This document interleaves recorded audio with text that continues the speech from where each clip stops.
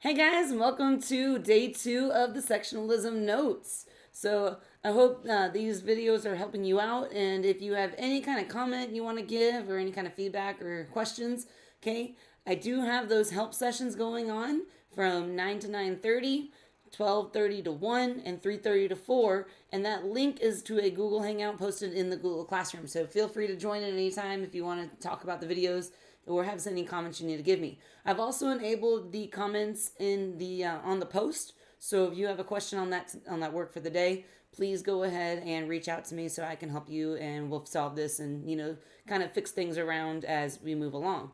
Okay? So what we're going to do the same thing as yesterday. We're going to go through these notes. Okay? I'm going to read them and kind of explain them along. Okay, on your own, you're going to read the vocabulary, you're going to read the questions that are provided to you, and then once we're done reading the notes, you're going to log back into Google Classroom and you're going to work on Spiral Day 2 and Assignment Day 2. Now, a reminder, you can use Google if you need any help. Okay? This is a perfect time to research answers that you may not understand instead of just going in and guessing. Okay, there's no reason that you should be making a 50 or below. If you start failing on these spirals and assignments, I am going to reach out to your parents and kind of explain this process so maybe they can sit down and help you. So please be careful as you're answering and making sure that you understand what the question is asking. And if you still can't find the answers after you've gone back through the notes, please use Google to look them up. Okay, without further ado, let's go ahead and get started on our day 2 notes on sectionalism.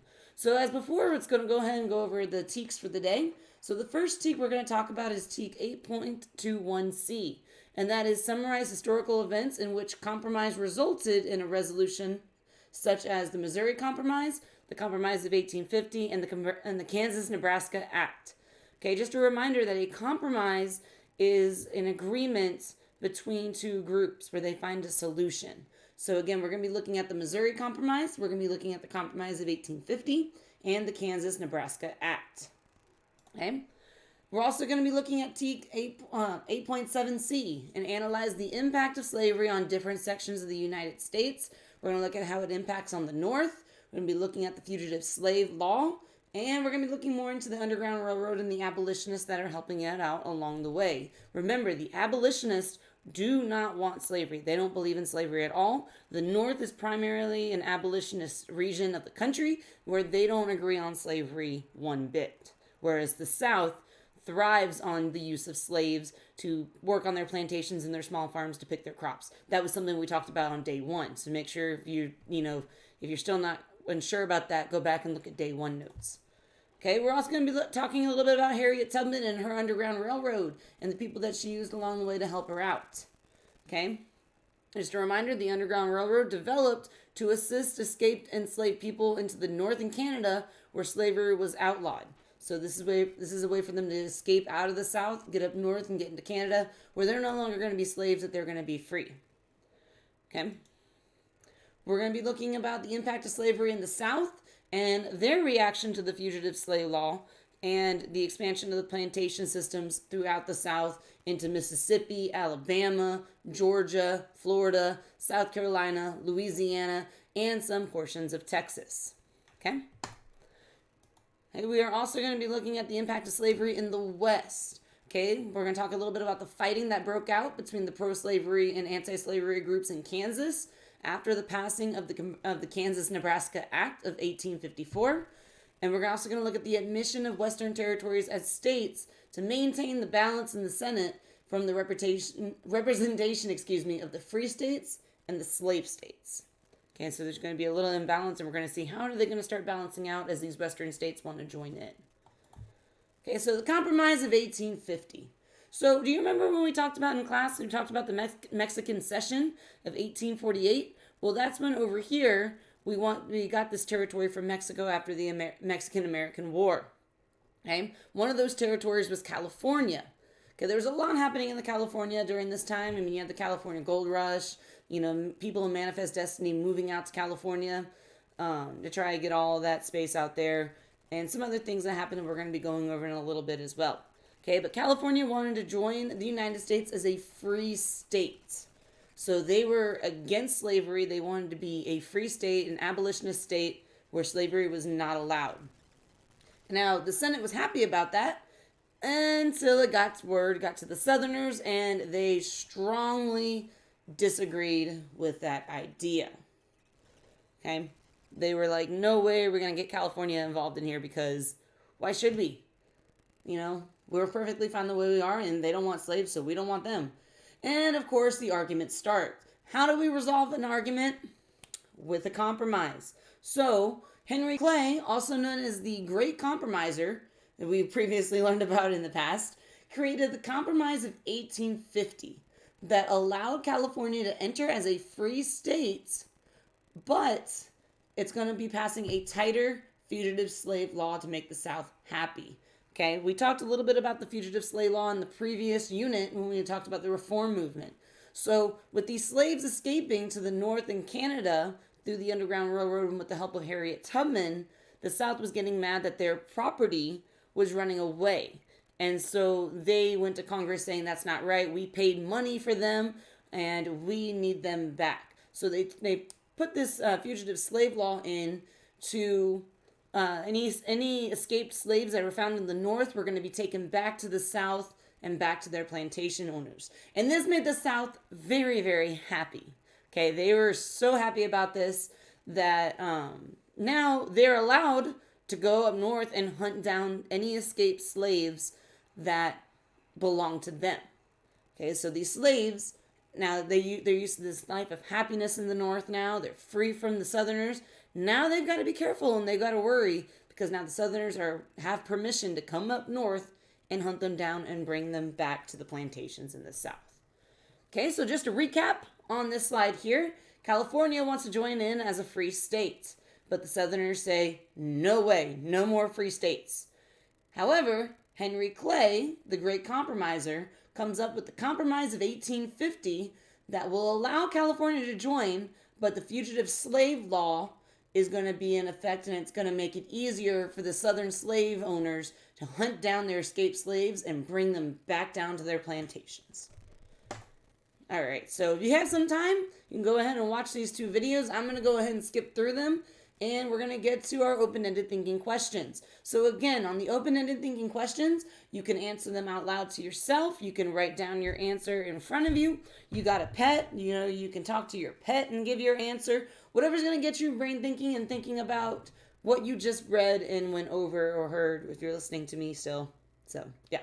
So the two questions we have is, explain the Compromise of 1850 and what was the fugitive slave law?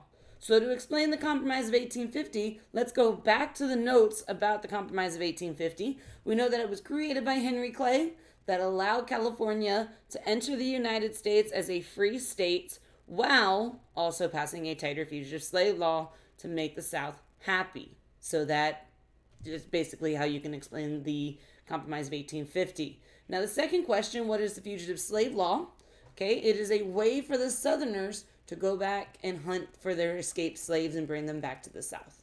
So there you go. It's right up there on the screen. I don't know why I keep pointing like you'll see it. I need to use my mouse cursor more. So sorry. Again, we're getting used to this. We're going to get used to this. So, all right. So those are answers right there. So again, I want you to be thinking about these questions and not just skipping this part over. Just read it carefully, please. All right. Moving on. So we got the Compromise of 1850 happening because of the West in California. And now we're going to be talking more about the KansasNebraska Act. So just to bring up this person, there's a man named Stephen Douglas. Stephen Douglas is pictured right here. He is a senator, and he is going to convince Congress to pass a law that allowed people to vote, or allowed people in a territory to vote on the issue of slavery.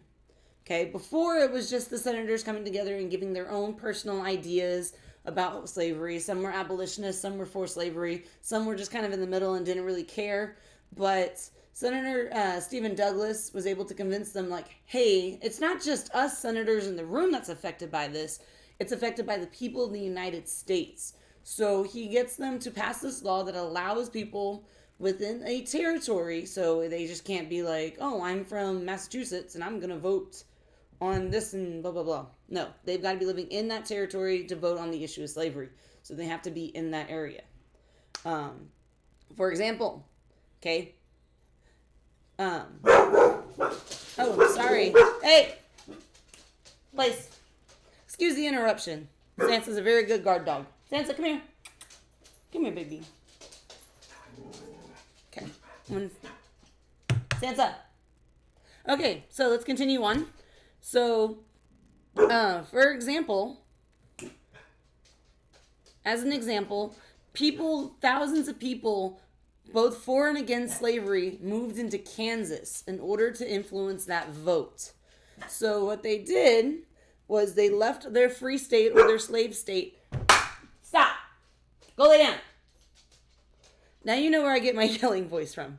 Okay? So to kind of recap on that and go back, Senator Douglas convinced Congress that people are allowed to vote within their territory on the issue of slavery. So people from the free states and people from the slave states moved to the newfound territory of Kansas in order to influence the vote on whether Kansas should be a slave state or a free state. And that's not going to go very well. So what happened was these people grouped together are picketing and saying, no slaves here, or yes for slavery. And it's not going to stay all peaceful with picket signs and people yelling and passing flyers out. No, it gets violent. This violence erupts between the two groups, between the abolitionists and the slave owners, and it's going to be called Bleeding Kansas. Okay, this whole act of violence is Bleeding Kansas, where where the abolitionists and the slave owners fight, and they're trying to fight over who's going to get Kansas. And the end result is a lot of people dead, armies called in, and the resolution kind of doesn't really get solved. And now people are mad at Stephen Douglas for even offering this. But as we know, life continues to go on. Okay? So take some time to watch these videos. Okay? This is the same video, sorry. But yeah, so watch these videos and let's go on to the open-ended thinking questions. So, what did Senator Douglas convince Congress to do? Again, if you don't know the answer, please refer back to the notes and look what he convinced Congress to do. Okay? Then, what was Bleeding Kansas? So, to review and kind of go through it on our own time. Okay, Senator Douglas convinced Congress to allow people to vote, which, by the way, is popular sovereignty, power to the people. They're allowed to vote on the issue of the slavery and within the territory that they lived in, causing abolitionists and slave owners to all flock to the new territory of Kansas, and where they were going to be voting on if Kansas is going to be free or not. Okay, Bleeding Kansas happened when these abolitionists and these slave owners got mean and violent with each other, where they started shooting and killing and hitting, and it was a messy thing. So that is Bleeding Kansas, abolitionists and slave owners fighting violently. Okay, a lot of people ending up dead. Army called in to take care of it. It was a mess. And it was not very good for, Stephen Douglas. So, okay.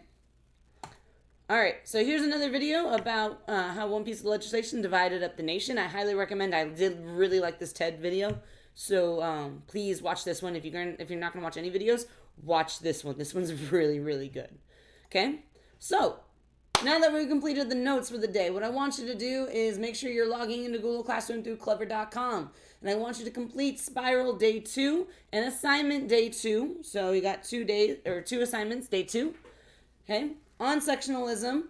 Now, I'm going to be changing things up a little bit. My 6th period class already had it a certain way. My 2nd period, I did it differently, and I did not like the way I handled yours 2nd period. So what I'm going to do is I'm going to be posting each assignment separately. So you'll have a separate assignment for Spiral Day 2 and a separate assignment for Assignment Day 2.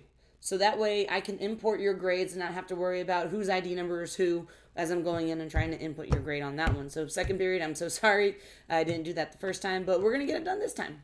So again, please make sure that you are doing both assignments and turning them in.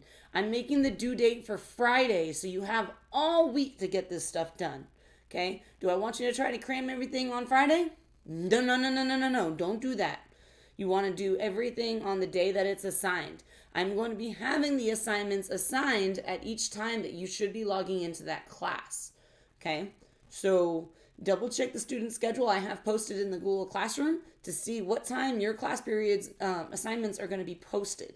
Now this video will be in a materials section, so you can find this, but it's also going to be grouped with your assignment, so it should be easy to find that way. Okay? All right, guys.